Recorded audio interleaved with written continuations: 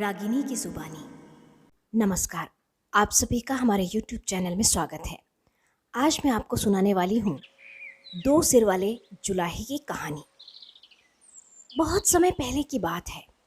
एक गांव में मनोहर नाम का एक जुलाहा यानी कपड़े सिलने वाला रहा करता था। उसकी कपड़े सिलने वाली मशीन के ज़्यादातर उपकरण लकड़ी से बने हुए थे।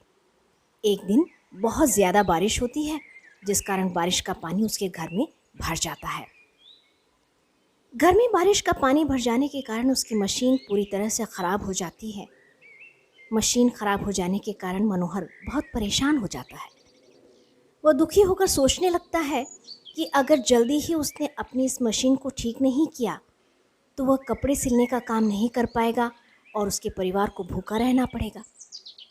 ये सोचकर मनोहर जंगल जाने का फैसला कर लेता है ताकि वह अपनी मशीन को ठीक करने के लिए अच्छी लकड़ी काट कर ला सके।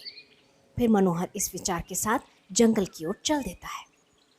मनोहर पूरा दिन चलता रहता है, लेकिन उसे अपनी मशीन के लिए अच्छी लकड़ी वाला कोई भी पेड़ नज़र नहीं आता है। फिर भी मनोहर हार नहीं मानता है और अच्छे पेड़ की तलाश में आगे बढ़ता रहता है। काफ़ी देर चलने के बाद अचानक मनोहर की नज़र एक पेड़ पर पड़ती है जो काफ़ी ऊंचा, मोटा और हरा भरा था। उस पेड़ को देखकर मनोहर बेहद खुश होता है और कहता है, हाँ, यह पेड़ काफ़ी अच्छा है। इसकी लकड़ी से मैं अपनी मशीन को फिर से ठीक कर सकता हूँ। इस विचार के साथ मनोहर कुल्हाड़ी लेकर जैसे ही पेड़ के तने पर मारने के लिए अपना हाथ ऊपर उठाता है, तभी पेड़ की डाल पर एक देवता प्रकट हो जाते हैं। देवता मनोहर से कहते हैं, मैं इस पेड़ पर रहता हूँ और आराम करता हूँ, इसलिए तुम्हारा इस पेड़ को काटना उचित नहीं होगा। वैसे भी किसी भी हरे पेड़ को काटना ठीक नहीं है। देवता की बात सुनकर मनोहर क्षमा मांगते हुए कहता है, हे देव, मैं मजबूर हूँ, मुझे इस पेड़ को काटना ही पड़ेगा।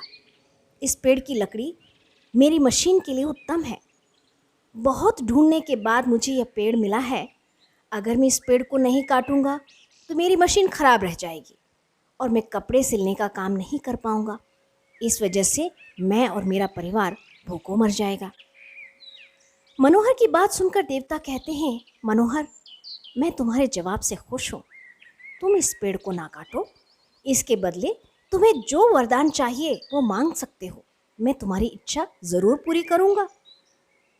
देवता से वरदान की बात सुनकर मनोहर कुछ देर विचार करके कहता है, हे देव, मैं वर के लिए अपने मित्र और पत्नी से राय लेना चाहता हूँ, इसलिए आप मुझे एक दिन का समय दीजिए।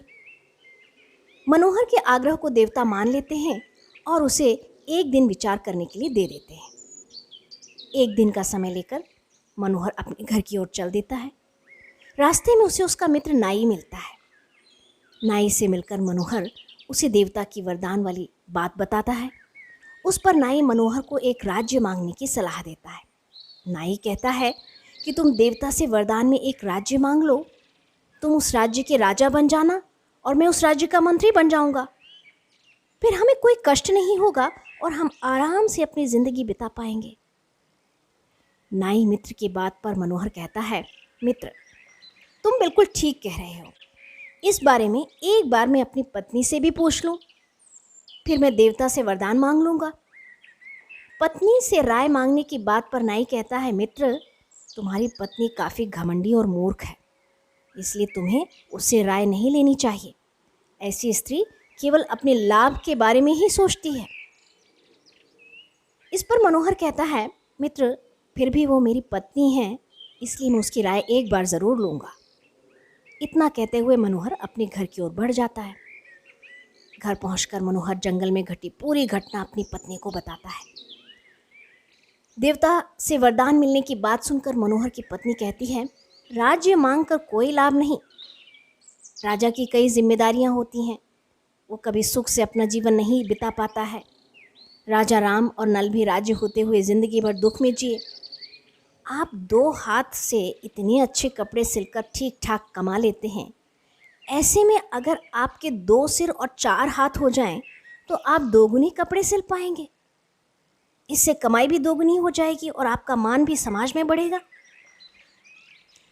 पत्नी की ये बात मनोहर को समझ आ जाती है और वो देवता से वरदान मांगने जंगल की ओर चल देता है। जंगल पहुंचकर वो दोबारा देवता से मिलता है। देवता मनोहर को देखकर कहते हैं कि मनोहर, मांगो, क्या वर मांगना है तुम्हें। मनोहर देवता से कहता है, हे देव, आप मुझे 2 सिर और 4 हाथ दे दीजिए। देवता मनोहर की बात सुनकर पूछते हैं कि तुम 2 सिर और 4 हाथ का क्या करोगे।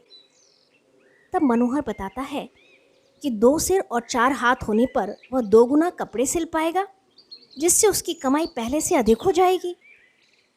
मनोहर की बात सुनकर देवता मुस्कुराते हैं और मनोहर को वरदान दे देते हैं।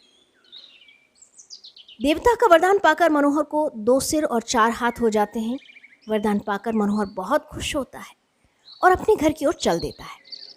मनोहर जैसे ही अपने गांव पहुंचता है तो गांव में खेल रहे बच्चे उसे देखकर डर जाते हैं। वे सब उसे एक राक्षस समझते हैं। तभी कुछ गांव वाले हाथों में हथियार लेकर मनोहर पर हमला कर देते हैं और मनोहर की मौत हो जाती है। जब मनोहर की मौत की खबर मनोहर की पत्नी को होती है तो वह फौरन मनोहर को देखने वहां पहुंच जाती है। मनोहर की लाश देख उसकी पत्नी रोने लगती है और कहती है कि ये सब मेरी गलती है। मैंने ही उनसे देवता से 2 सिर और 4 हाथ मांगने के लिए कहा था। अगर ऐसा ना होता तो आज मनोहर को कोई राक्षस न समझता और वे जिंदा होते। तो इस कहानी से हमें ये सीख मिलती है कि बिना सोचे विचारे किया गया कोई भी काम हमेशा दुखदायी होता है।